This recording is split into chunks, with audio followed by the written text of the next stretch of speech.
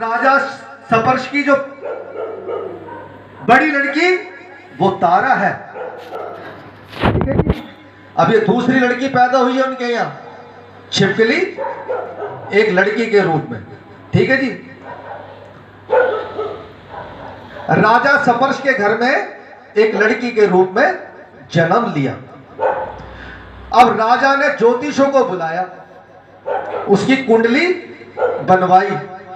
अब ज्योतिषों ने कहा कि राजा ये कन्या ठीक नहीं है, ये कन्या आपके लिए हानिकारक सिद्ध होगी, अंत आप इस कन्या को मरवा दीजिए, कन्या को मरवा दीजिए।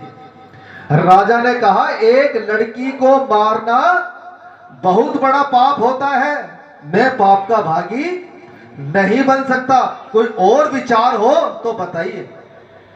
ज्योतिषों ने विचार करके कहा कि राजा एक लकड़ी के संदूक के भीतर लड़की को बंद कर कर नदी में बहा दीजिए, सोना चांदी जड़ित लकड़ी की संदूक अवश्य ही कोई लालच से निकाल लेगा, आपकी कन्या को भी पाल लेगा, उसका विवाह भी कर देगा, अंत आपको किसी भी प्रकार से पाप नहीं लगेगा। अब भक्तों ऐसा ही किया गया।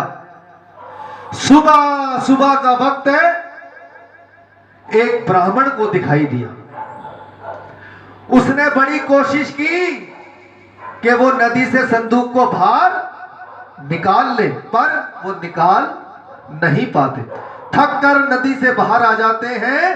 बाहर आने पर उनकी नजर एक हरिजन पर पड़ती है जो मंदिर की सीढ़ियों पे झाड़ू लगा रहा था। पंडित जी ने आवाज मारी कि सुन भाई, नदी से संदूक को बाहर निकालना। अब उसने संदूक को देखा, उसके मन में लालच आ गया, अगर संदूक में धन हुआ तो ये पंडित मुझे कुछ भी नहीं देगा, क्यों ना संदूक को बाहर निकालने से पहले मैं इनसे बात कर लूं। अब उसने बात की कि पंडित जी मैं नदी से संदूक को बाहर तो निकाल लाऊंगा, अगर संदूक में धन हुआ तो बंटवारा कैसे होगा।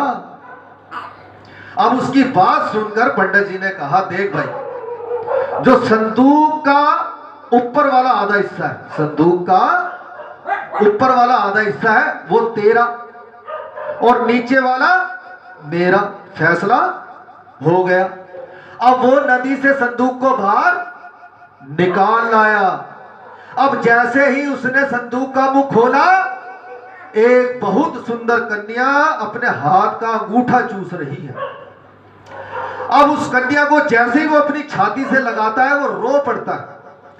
अब उसे रोता देख पंडित ने कहा क्या बात है भाई, क्यों रो रहा है, क्या बात हो गई भाई, हिसाब से तो कन्या तेरी है और धन मेरा है, पर तू रो मत, अगर थोड़ा धन चाहिए तो ले ले यार, पर तू रो मत।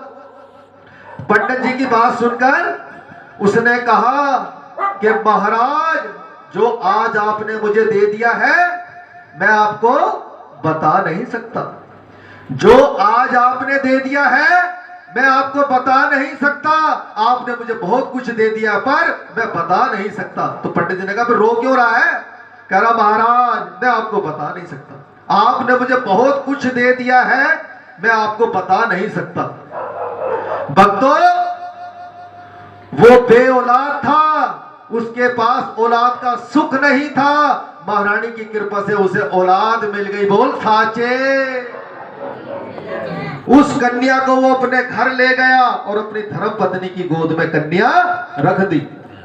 उस कन्या को देखकर उसकी धर्म पत्नी ने कहा स्वामी ये किसका बच्चा उठा लाए। अब वो कन्या उसे कैसे मिली, ये तो सो रही है,